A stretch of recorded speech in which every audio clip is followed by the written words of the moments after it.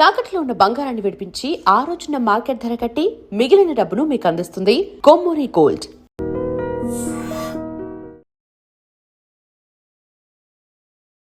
Ladies and gentlemen, welcome to iDream media. నేను Priyadarshan. So Pokiri సినిమా 2006లో వచ్చింది. ఇప్పటికి 20 సంవత్సరాలు పూర్తయింది. స్టిల్ ఆ సినిమా గురించి మనం మాట్లాడుకుంటున్నాం. ఎందుకంటే మహేష్ బాబు గారే మొన్న వారణాసి ఇంటర్వ్యూలో పోకిరి సినిమా గురించి మళ్ళీ చెప్పారు. ఆ సినిమా ఆయన్ని సూపర్ స్టార్గా మార్చిందని చెప్పి, మాస్ ఇమేజ్ తీసుకొచ్చిందని చెప్పి. సో దాని గురించి కొంచెం డీటెయిల్గా మాట్లాడుకుందాం. మనతో పాటు సీనియర్ జర్నలిస్ట్ భరద్వాజ్ గారు ఉన్నారు, మాట్లాడదాం. సార్ నమస్తే. నమస్తే. బాగున్నారా sir? Yeah. So first of all Pokiri cinema గురించి అప్పట్లో అది ఒక పెద్ద సంచలనం. మదర్ ఆఫ్ ఆల్ ట్విస్ట్స్ అంటారు లాస్ట్ లో అండర్ కవర్ కాప్ అని తెలిసినప్పుడు. సార్ అప్పట్లో ఒకటి నడిచింది, అంటే ఆ లాస్ట్ లో ఆ ట్విస్ట్ లేకపోయి ఉంటే, ఆ క్లైమాక్స్ లేకపోయి ఉంటే సినిమా అంత ఒక యావరేజ్ సినిమాలో నిలిచిపోయేది అని మీరు ఏమంటారు? అంటే దానికి కూడా ఒక ఇన్స్పిరేషన్ ఉంది. అడవి రాముడు అనే సినిమా ఇన్స్పిరేషన్ దీనికి. అంటే ఆయన నార్మల్ మనిషిలాగా అడవిలోకి వెళ్తాడు ఆ సినిమాలో. ఓపెనింగ్లో ఆయన ఫారెస్ట్ ఆఫీసర్ అనే విషయం చెప్పడు రాఘవేంద్రరావు గారు. అలా సినిమా నడిచి నడిచి చివరికి ఆయన గందరగోళంలో బయటకు వచ్చేస్తూ ఉంటాడు. ఆ టైంలో సెకండ్ హాఫ్లో చెప్తారు ఆయన ఫారెస్ట్ ఆఫీసర్గా లాంచ్ అవుతాడు. అక్కడ అయిన తర్వాత అంతకు ముందు పొందిన అనుభవాలతో అక్కడ వ్యవహారాలు ఎలా డీల్ చేస్తాడు అనేది సెకండ్ హాఫ్ స్టోరీ. అందుకని ఎందుకు మొదట్లో రివీల్ చేయకపోవడం వలన నడిచినటువంటి కథ, దాన్ని పట్టుకొని ఈయన క్లైమాక్స్ వరకు నడిపాడు. దాన్ని నడిపి క్లైమాక్స్లో దాన్ని రివీల్ చేస్తే వచ్చే ప్రభావం అది పైగా ఆ షాట్ తీసిన పద్ధతి, వాళ్ళు అంటే అక్కడికి వెళ్ళే వరకు ఎవరికి తెలియదు, ఆడియన్స్కి తెలియదు, ఆ చుట్టూ ఉన్నటువంటి వాళ్ళకి తెలియదు. మనం ఒక నేరస్తుడితో వ్యవహారం నడుపుతున్నాం అన్న పద్ధతిలోనే ఉంటారు ప్రతి ఒక్కళ్ళు. అలా ఉండగా విలన్తో సహా ఆ మైండ్ సెట్లో ఉండగా సడన్గా ఇతను ఫలానా అని రివీల్ చేస్తూ వెళ్ళటం అనేది డెఫినెట్గా ఒక షాకింగ్ ఎలిమెంటే. అలాగే చాలా సినిమాలు, చాలా పాత రోజుల్లో సూపర్ హిట్ అయిన అనేక సినిమాల ప్రభావం కనిపిస్తుంది ఈ సినిమాలో. పోకిరీలో మీకు ఓపెనింగ్ షాట్ దీవార్ నుంచి యాజ్ ఇట్ ఈస్గా వాడారు.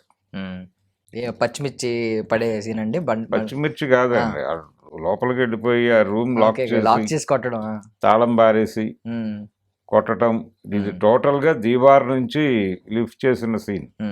అంటే యాంటీ క్లాక్ వైజ్ హీరోయిజం అనేది ప్రారంభించింది, ఇండియన్ స్క్రీన్ మీద ప్రారంభించిన వాళ్ళల్లో సలీం జావేదులు ఒకరు. దాన్ని అడాప్ట్ చేసుకున్నాడు, తన జీవిత సూత్రంగా అడాప్ట్ చేసుకున్నాడు పూరి జగన్నాథ్. ఆయన సినిమాల్లో టోటల్గా ప్రతి సినిమాలోనూ హీరో యాంటీ క్లాక్ వైజే ఉంటాడు. ఎక్కడా కూడా సమయానుకూలంగా వ్యవహరించడం అనేది ఉండదు, తేడాగానే ఉంటాడు. ఆ తేడాదనం అనే దాన్ని మహేష్ బాబు మీద ఎలా వర్కౌట్ అవుతుంది, ప్రతి హీరోకి, పూరి డైరెక్షన్లో చేసే ప్రతి హీరోకి ఈ తేడాదనం ఇతనిలో ఎలా పలుకుతుంది అన్న కోణంలో ఆడియన్స్ చూశారు. అలా చూస్తున్నటువంటి సందర్భంలో మహేష్ బాబులో ఆ తేడాతనం అద్భుతంగా పలికింది. అంటే యాంటీ క్లాక్ వైజ్ హీరోయిజం అనేది అమితాబ్లో పలికింది అక్కడ, దానిలో దీవార్లో. అది దాదాపుగా అదే రేంజ్లో మహేష్ బాబులో పలికింది. ఆ పలకటం అనేది వర్కౌట్ అయిపోయి జనాలు బయటకు వచ్చేసి సినిమా అద్భుతం అన్నారు. అన్ని విధాలుగాను ఇలియానా ఆ సినిమాకు చాలా హెల్ప్ అయింది. తను దేవదాస్ సినిమాతో ఒక స్టార్ అయిపోయింది, ఓవర్ నైట్ స్టార్ అయిపోయింది. ఆ ఓవర్ నైట్ స్టార్ అయినటువంటి అమ్మాయి ఒక బిగ్ హీరో పక్కన ఎలా ఉంటుంది అనేది ప్రపంచానికి ఒక క్యూరియాసిటీ ఉంటుంది. ఆ క్యూరియాసిటీని ఆ లెవెల్లోనే సాటిస్ఫై చేసే పాటలు, ఇతర సన్నివేశాల కల్పన నడిచింది. అలాగే ఇలియానా ఇంటి సన్నివేశాలు, ఆశీష్ విద్యార్థితో జరిగేటువంటి గొడవలు, అవన్నీ ఆ సెటప్ అంతా కూడా చాలా ఆర్గానిక్గా నడిచింది. అందులో హీరో ఇన్వాల్వ్మెంట్, హీరోతో పాటు రెండో వైపున బ్రహ్మానందం ఎంటర్టైన్మెంట్, వీటన్నిటినీ ఒకే చోట మిక్స్ చేసి ఆ సీన్స్ అన్నిటినీ చాలా అద్భుతంగా డ్రైవ్ చేశాడు. దాంతోపాటు బ్రహ్మానందం ఆలీ మధ్య నడిచేటువంటి కామెడీ ట్రాక్, అది సినిమాకి చాలా హెల్ప్ అయింది. ఇలా మ్యూజికల్గా కూడా అప్పటి వరకు ఆయన పెడుతున్నటువంటి స్టైల్కి భిన్నమైనటువంటి మ్యూజిక్ నడిచింది మణి శర్మ గారు అవును. వలన ఈ సినిమాలో పర్టికులర్గా. అందుకని అన్ని విధాలుగా వర్కౌట్ అయింది. అది వర్కౌట్ అయింది. మహేష్ బాబుని ఒక నెక్స్ట్ లెవెల్కి తీసుకెళ్ళటం మాత్రమే కాదు, అప్పటి వరకు ఉన్న ఇండస్ట్రీ రికార్డులను తిరగరాసిన సినిమాగా నిలబడింది అది. అంటే ప్రతి సందర్భంలోనూ కొన్ని సినిమాలు ఉంటాయి అలా ల్యాండ్ మార్క్ సినిమాలు. అలాంటి ఒక ల్యాండ్ మార్క్ సినిమాగా చలనచిత్ర పరిశ్రమ చరిత్రలో, తెలుగు చలనచిత్ర పరిశ్రమ చరిత్రలో పోకిరి అనేది నిలబడింది. నిలబడిన తర్వాత మహేష్ బాబు మీద విపరీతమైన ఎక్స్పెక్టేషన్స్ వచ్చేసినాయి జనాలకి. అంటే ఎంటర్టైనింగ్గా వెళ్ళగలడు, చాలా ఆరగెన్స్ చూపించగలడు తెర మీద. అంటే మనకి త్రివిక్రమ్ రాసిన డైలాగ్ ఒకటి ఉంటుంది, అంటే ఏదో కాంప్లాన్ బాయ్ అనుకున్నాను, కాంప్లికేటెడ్ బాయ్ అని. మోర్ కాంప్లికేటెడ్ అనే విషయాన్ని ఎస్టాబ్లిష్ చేశాడు పూరి జగన్నాథ్. ప్రతి డైలాగ్ అంటే పండుగాడు అనేటువంటి ఆ పేరు దగ్గర నుంచి ప్రతి సీన్లోనూ అతని బిహేవియర్ ఏంటి, మీటింగ్లు అంటాడు అక్కడికి వెళ్ళి. ఇలా ఆ డైలాగ్స్లో, ఆ డైలాగ్ రాయటంలోనూ దాన్ని డెలివర్ చేయటంలోనూ, రాయటంలో పూరి చూపించినటువంటి నైపుణ్యం. అంటే గన్లో నుంచి డెలివర్ అవుతున్నటువంటి బుల్లెట్ లాగానే డైలాగుని ఎయిమ్ చేశాడు ఆయన. ఆ ఎయిమ్ చేసిన దాన్ని యాజ్ ఇట్ ఈస్గా క్యారీ చేయగలిగాడు ఆర్టిస్ట్గా మహేష్ బాబు. అది వర్కౌట్ అయింది, ఆడియన్స్కి విపరీతంగా కనెక్ట్ అయింది.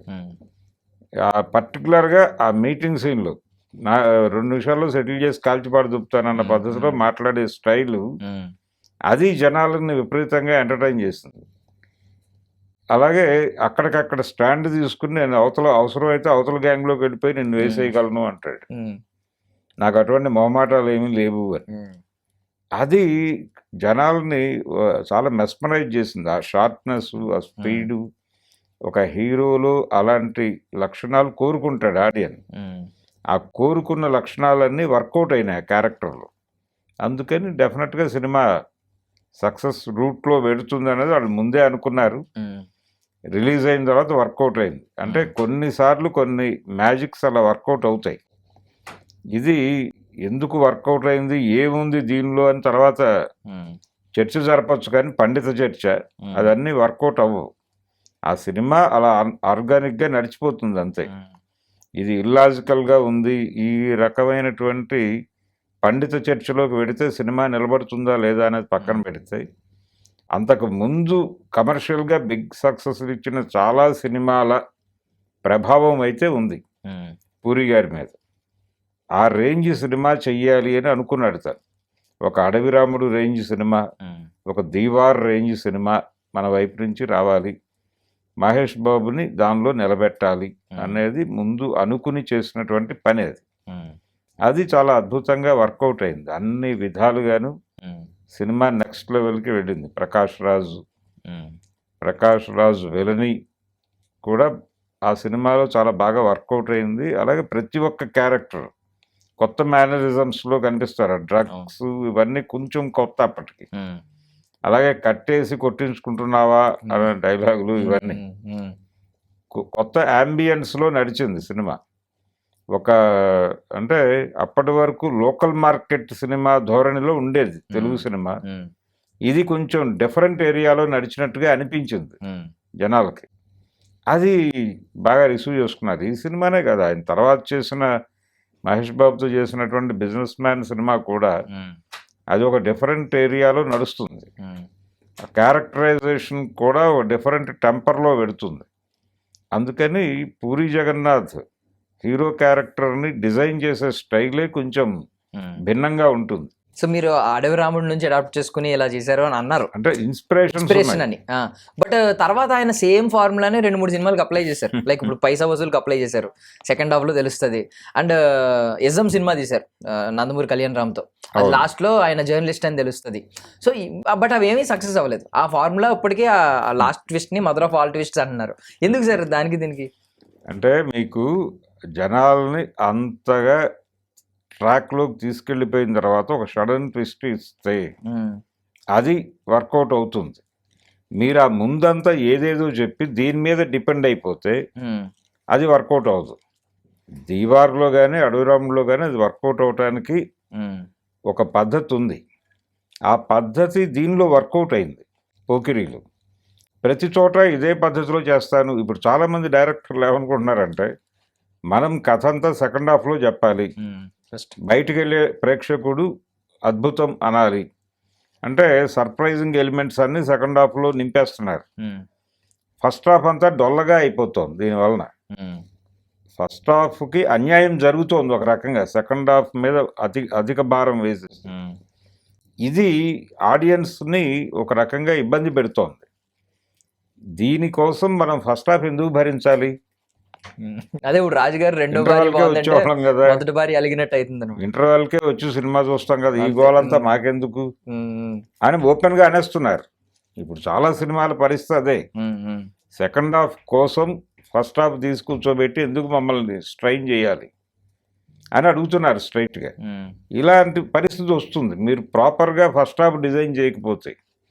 ఈ సినిమాల్లో ఫస్ట్ హాఫ్ కూడా ప్రాపర్ గా డిజైన్ అయింది. నిజానికి ఫస్ట్ హాఫ్ సెకండ్ హాఫ్ అనేటువంటి స్టైల్ కాదు అది.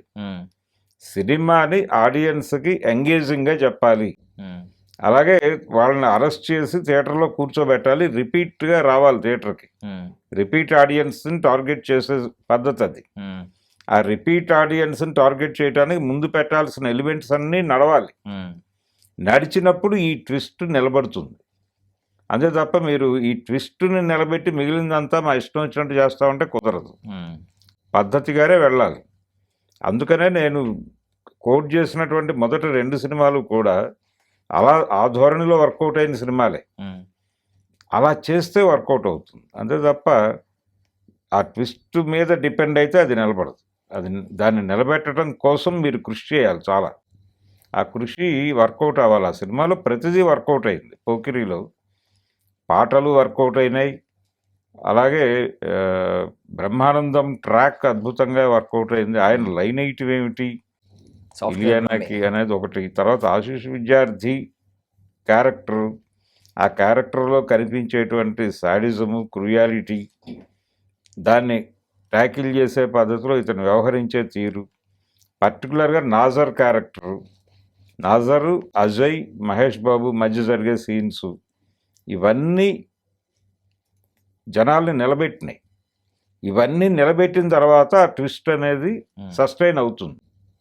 అంతే తప్ప ఫార్ములా వేసుకుని ఫార్ములాలో సీన్స్ పెట్టుకుంటూ వెళ్ళిపోతే సినిమా వర్కౌట్ అయిపోతుంది అనుకుంటే భ్రమ అది. అందుకని ఈ భ్రమ తెలిసిపోతుంది 4 రోజులకి.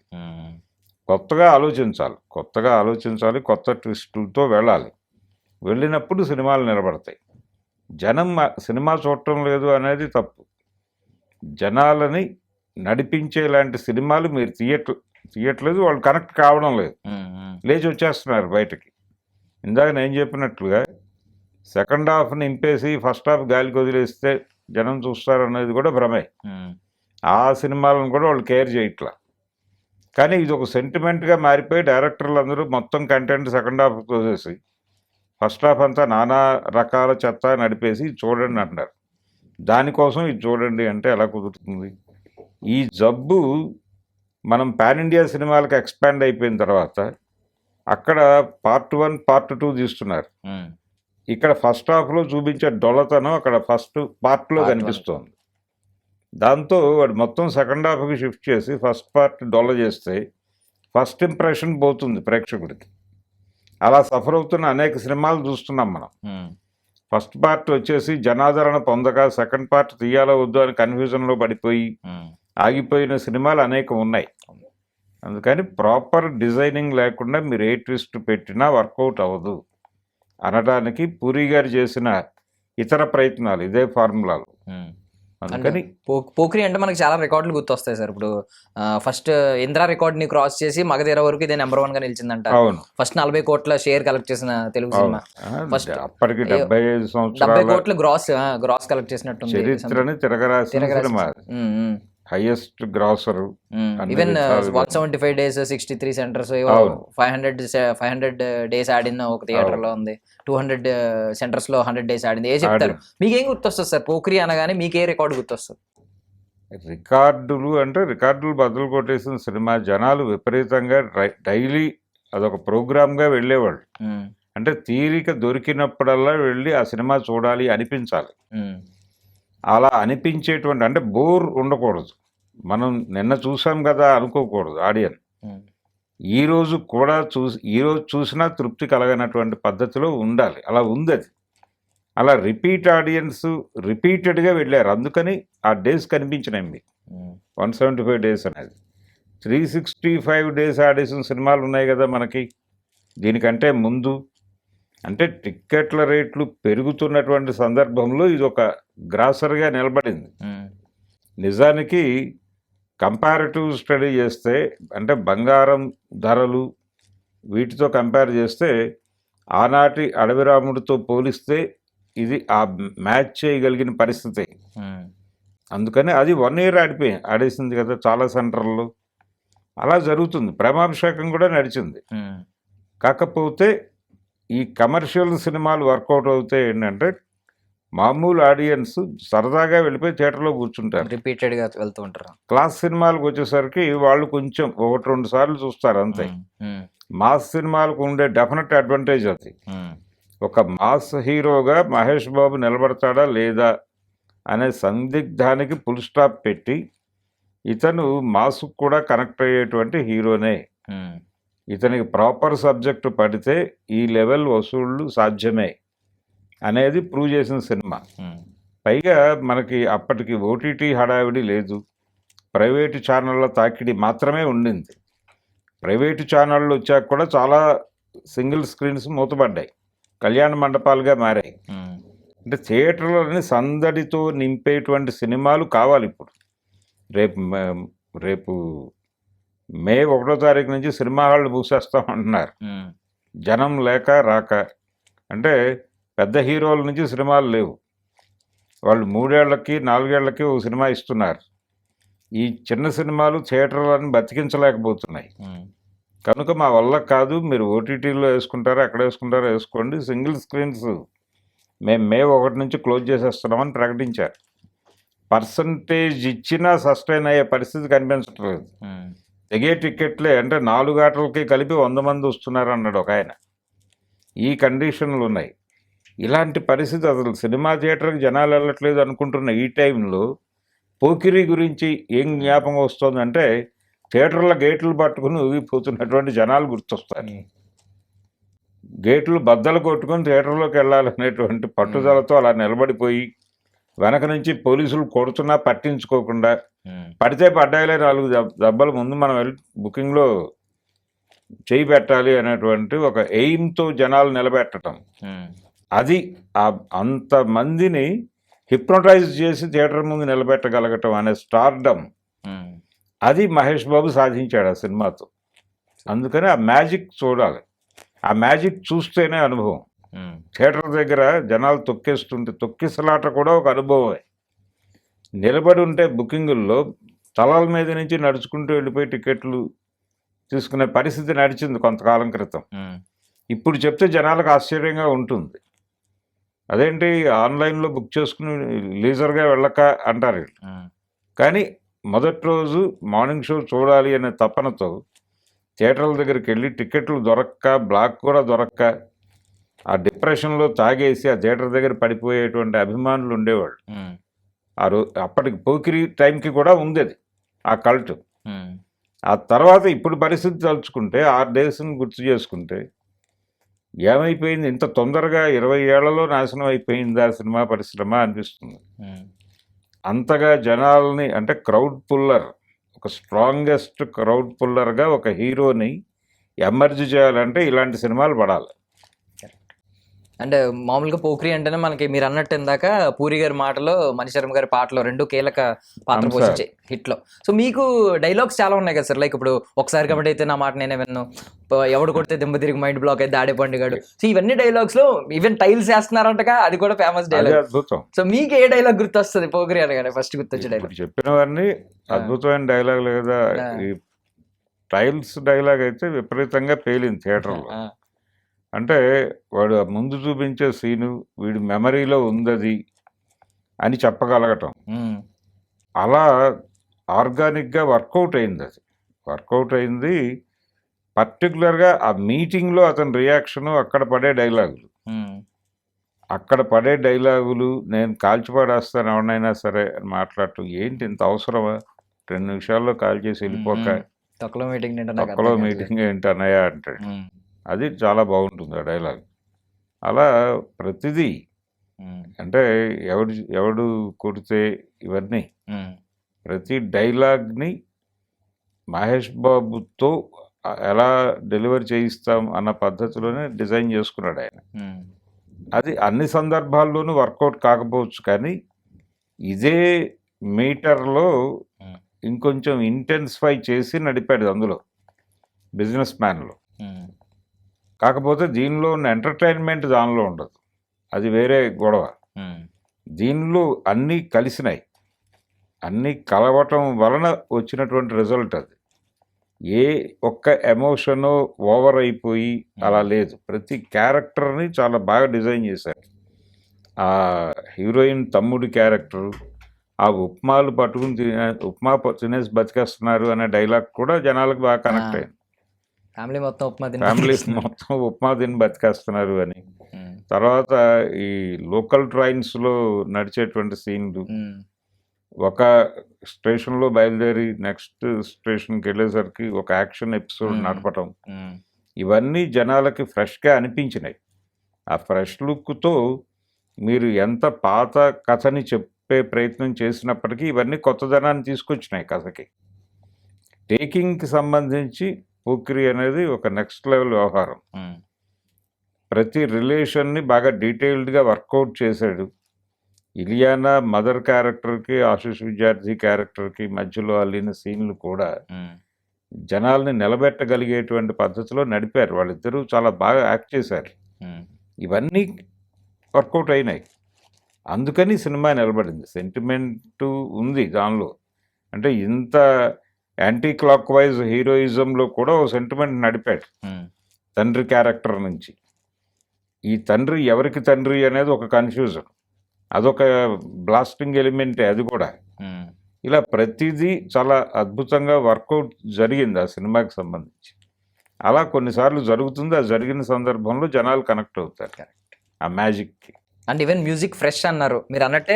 ఆ డోలు సాంగ్ కానీ, ఫస్ట్ దేవదేవుడు ఆ సాంగ్ కానీ, ఈవెన్ ఇప్పటికి ఇంకా నా వయసు సాంగ్ ఉమైద్ ఖాన్ కెరియర్ ని ఇంకా బాగా పుష్ చేసింది. ఆమె నిజంగా ఒక స్టార్ ని చేసింది ఆమె. అంటే మనకి స్పెషల్ సాంగ్స్ అనే కేటగిరీలో ఆ పాట ఇప్పటికీ రకరకాల రెఫరెన్స్లో నడుస్తుంది. ఎవరినన్నా ఏజ్ అడగగానే ఈ పాట ఒక చిన్న హమ్మింగ్ మొదలు పెట్టేసి అవతల వాడిని రెడిక్యూల్ చేయటమే. రెడిక్యూల్ చేయడానికి ఇప్పటికీ అది మీమ్ మెటీరియల్గా ఉంది ఆ పాట. అందుకని అన్ని విధాలుగా వర్కౌట్ అయిన సినిమా ప్రతిదీ. ప్రకాష్ రాజ్ క్యారెక్టరు, రియాక్షన్స్, ప్రకాష్ రాజ్తో పాటు ఉండేటువంటి ఇతర పాత్రలు, అజయ్ క్యారెక్టర్లో కూడా ఫైర్ ఉంటుంది. అలాంటి క్యారెక్టర్ మళ్ళీ రాలేదు అతనికి కూడా, ఎవరికీ లేదు. ప్రతిదీ అలా వర్కౌట్ అయింది. ఆ హ్యాబిట్స్, వాళ్ళ వ్యవహార శైలి, నేను ఇందా చెప్పినట్టుగా కట్టేసి కొట్టించుకోవటం, నేను ఇది ట్రై చేద్దాం అనుకున్నాను కానీ కుదరలేదు అంటాడు ప్రకాష్ రాజ్. ఇవన్నీ జనాలకు కొత్త అంబియన్స్లో సినిమా చూపించాడు ఆయన. ఆ కొత్త అంబియన్స్ అనేది బాగా కనెక్ట్ అయింది, యూత్కి కనెక్ట్ అయింది, ఆ జనరేషన్ యూత్కి. ఇప్పుడు వాళ్ళ పిల్లలు మార్కెట్లోకి వచ్చేసారు. ఆ రోజున బ్యాచులర్గా సినిమా చూసినటువంటి వాళ్ళ పిల్లలు మార్కెట్లోకి వచ్చారు. యూత్లో వాళ్ళు ఏ ఏజ్లో చూసారో ఆ ఏజ్ గ్రూప్లో బయటకు వస్తున్నారు. వీళ్ళు వచ్చేసరికి ప్రపంచం మారిపోయింది. ఇప్పుడు సినిమా థియేటర్ దగ్గర గేట్లు పట్టుకునే పరిస్థితి లేదు, అంత వెయిట్ చేసి సినిమా చూడాల్సిన సందర్భము లేదు. స్క్రీన్స్ పెరిగిపోయినాయి, ఎక్కడ పడితే అక్కడ టికెట్లు దొరికేస్తున్నాయి. ఇవన్నీ చెప్తుంటే వీళ్ళు కథలుగా వింటారు. అంటే ప్రపంచం 2006 వరకు మారిన పద్ధతి వేరు, 2006 నుంచి 26కు మారిన పద్ధతి వేరు. ఇది చాలా బీభత్సమైన చేంజ్ ఉంది. ఇంత స్పీడ్ యుగంలో ఇప్పటికీ పోకిరీ చూస్తే, అది ఓటీటీలో కానీ ఇంకెక్కడైనా కానీ పోకిరీ చూస్తే దానికి అట్రాక్ట్ అయ్యే కండిషన్లోనే ఉన్నారు ఈ జనరేషన్ పిల్లలు కూడా. వీళ్ళు దాటి వచ్చేసాం 20 ఏళ్ళు చాలా జీవితంలోనే చాలా మార్పులు వచ్చాయని చెప్పుకుంటున్నాం కానీ ఇప్పటికీ వీళ్ళు కనెక్ట్ అవుతారు ఆ సినిమాని ప్రాపర్గా స్క్రీన్ చేస్తే. ఫైనల్లీ మొన్న వారణాసి ఇంటర్వ్యూలో చెప్పారు ఆయన, ఇప్పుడు ఆయన గ్లోబల్ రేంజ్లో సినిమా తీస్తున్నారు, స్టిల్ పోకిరిని ఆయన గుర్తు చేసుకుని చెప్పారు రేపు వారణాసి పెద్ద బ్లాక్ బస్టర్ అయ్యి ఆయన గ్లోబల్ స్టార్ అయిన తర్వాత కూడా పోకిరిని ఎప్పటికెప్పుడు మహేష్ బాబు గారు మెన్షన్ చేస్తారంటారా? చేస్తాడు ఆయన.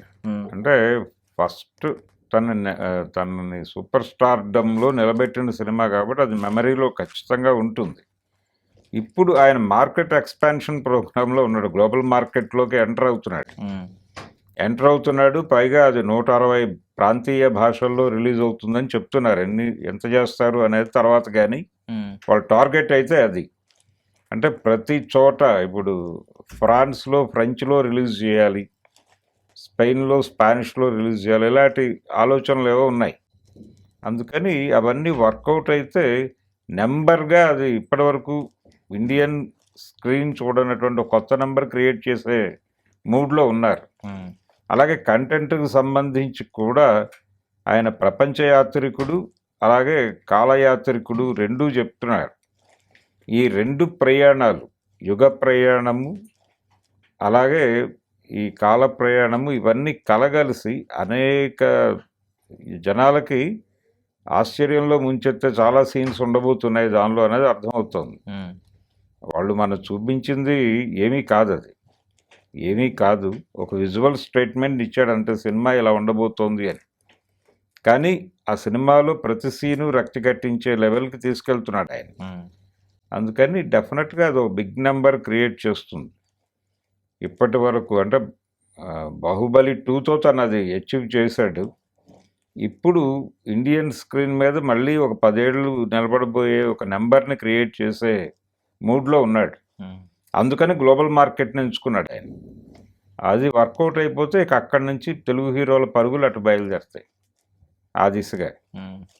మీరు పోకిరి అంటున్నారు కానీ పోకిరి తర్వాత వచ్చిన పూరి సినిమాల్లో చాలామంది హీరోలు పోకిరిగానే బిహేవ్ చేసిన పరిస్థితి చూసాం దాదాపుగా. ఏది టెంపర్ ఎన్టీఆర్తో సహా ధోరణి అదే ఉంటుంది, మీటర్ అదే మీటర్లో వాళ్ళ స్టైల్కి అడాప్ట్ చేసుకుని నటించడమే కనిపిస్తుంది. అంత ప్రభావం ఉంది ఆ సినిమా. ఇప్పటికీ ఆ మూడ్లో ఉన్నాడు ఆయన, పూరి జగన్నాథ్.